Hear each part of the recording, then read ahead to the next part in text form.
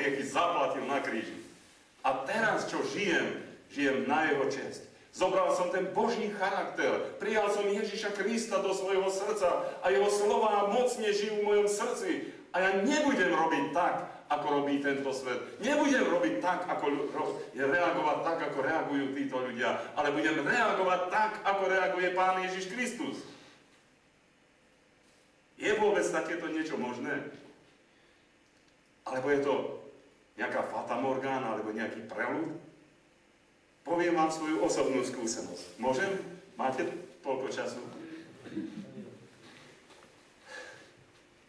Jedného rána som sa zobudil, idem na dvor vo svojom dome a spozoroval som, že kapota na mojom aute je priotvorená.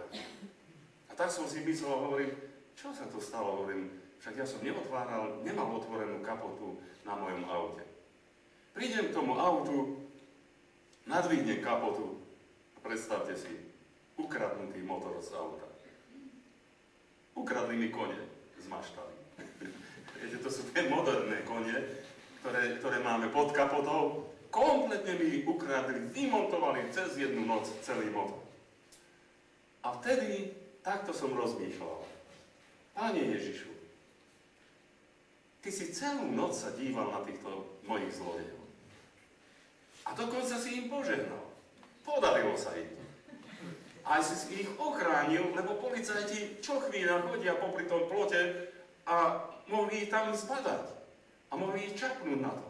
Dokonca si ich aj ochránil. Páne, keď Ty tak veľmi miluješ týchto mojich zlodejov, tak ťa prosím, aby si im bol milostivý. Aby ťa mohli poznať. A začal som sa za ním modliť. A žehnal som im. A hovorím, Pane, prosím ťa, len jednu jedinú vec, prosím, keď už mi zobrali ten motor, aby ťa mohli títo moji zlodeji, aby ťa mohli poznať. A teraz, naraz do toho môjho uvažovania, do tých mojich modlitieb, prídu takí mladí ľudia, ma navštívili. Mladého muža som poznal, dievčinu som nepoznal a hovorí mi tento mladý človek, hovorí, Bračánko, prišli sme ťa navštíviť, a chcel som ti predstaviť aj moju budúcu manželku, moju nevestu. A hovorím, vítam ťa, Zoli, teším sa, že si prišiel. A pýta sa ma, ako sa máš, bračanko? Hovorím, vieš čo, práve sa modlím za mojich zlodejov. Pozri sa, otvorím kapotu a kone nikde. Motor mi vymontovali v noci a modlím sa za to, aby ich Pán Boh požehnal, aby sa nad nimi zmiloval, aby skutočne, keď on už ich aj ochránil, dokonca im aj tú prácu tam požehnal, tak aby sa zmiloval nad nimi, aby oni mohli poznať Pána Ježiša. A videl som, že tá dievčina, viete, ona bola taká nižšia, také očka, dobre jej oči nevypadli tomu dievčatku. A dívala sa na mňa, či som normálny, najprv či to hovorím vážne, a potom keď videla, že to z celej vážnosti hovorím, tak ešte kontrolovať, či mám všetky veci pohromade. A proste videl som od údivu, že si zabudla zatvoriť ústa. A hovorím, vieš, no ja takto sa mám, ja sa modlím za týchto mojich zlodejov a vy sa ako máte? A hovorím, a kto je toto dievčatko? No a hovorí, vieš, to je Evka a chcel by som si ju zobrať za manželku. A viete, ja nie to sa pýtam, že Evka, koľko máš kilo, hej, alebo aké máš vzdelanie, ale Evka, máš v srdci Pána Ježiša? To bola moja prvá otázka. Evka, ty máš v srdci Pána Ježiša? A Zoli odpovedá mi a hovorí, viete, ujo kazateľ, ja rozprávam toľko tejto mojej neveste o Pánu Ježišovi, ale neviem ju nejak k tomu dostať, aby ona otvorila srdce pre Pána Ježiša. A tak sa obrátim k nej a hovorím, Evka, nechcela by si prijať Pána Ježiša do svojho srdca? A ona s tými veľkými otvorenými očami díva sa na mňa a potom sklopila tie oči a hovorí, áno, chcela. A Zoli nechápal. Díval sa na mňa, díval sa na ňu, hovorí, jak je to možné? Koľko som jej ja o Pánu Ježišovi rozprával a nešlo to. A tento kazateľ sa len opýta a ona je pripravená prijať Pána Ježiša do svojho srdca. Tak som ich privítal dnu. Vysvetlil som im srdce človeka, že čo sa vôbec v tom srdci deje, ako je treba Pána Ježiša prijať do srdca, že ako to prvé miesto, ako ten trón srdca, ako obsadí on a že ako on môže byť ten prvý v živote. Evka prijala Pána Ježiša a dnes vám môžem povedať, že sú to manželia, už majú 3 krásne deti, také zlaté detičky majú, ako malí anielici sú. Šťastná, požehnaná mladá rodinka. Ale asi tak o 2 týždne znovu ma navštívili po tej udalosti a pýtali sa ma, ona sa ma pýtala, bračanku, viete prečo ja som tak rýchlo otvorila svoje srdce Pánu? A hovorím, nie, zaujímalo by ma, že čo sa to vlastne stalo? Že si sa tak zrazu rozhodla.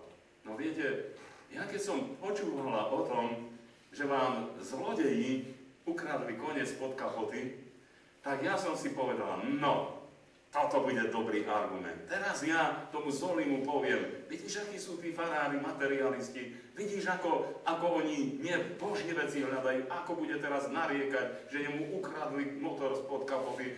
Ukáže sa, teraz sa ukáže jeho srdce. A ja som čakala, a keď som počula, že vy nenadávate, nepreklínate toho zlodeja, ale že sa modlíte za neho, tak som povedala, takúto vieru ja chcem. Takto chcem Pána Ježiša milovať. A tak som sa v tej chvíli rozhodla, áno, ja chcem Pána Ježiša nasledovať. A takto som svoje srdce otvorila Pánu.